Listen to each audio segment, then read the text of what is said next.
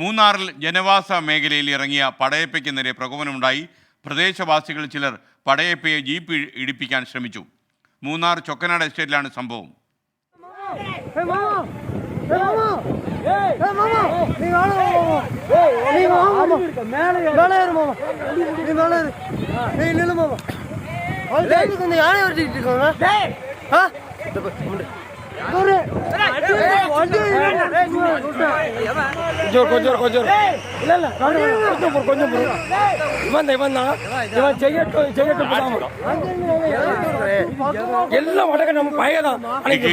ടെലിഫോണിൽ രാഹുൽ വിജയൻ ചേരുന്നു. രാഹുൽ വിജയൻ, എന്തൊക്കെയാണ് വിവരങ്ങൾ?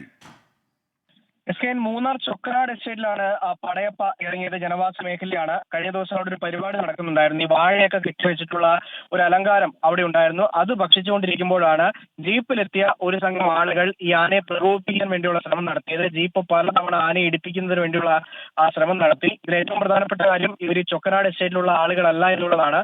ഇവിടുത്തെ ആളുകൾക്ക് ആന അവിടെ നിൽക്കുന്നതിന് എന്തെങ്കിലും തരത്തിലുള്ള ബുദ്ധിമുട്ടോ പ്രശ്നമോ പരാതി ഉണ്ടായിരുന്നില്ല.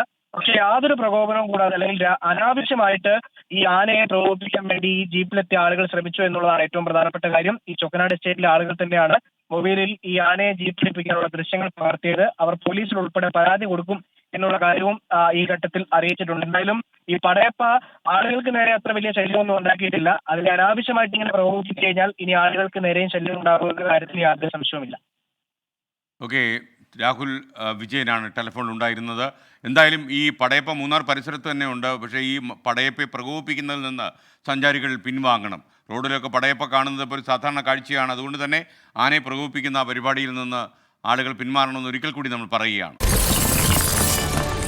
24 അഞ്ചിന്റെ വജ്രത്തിളക്കം.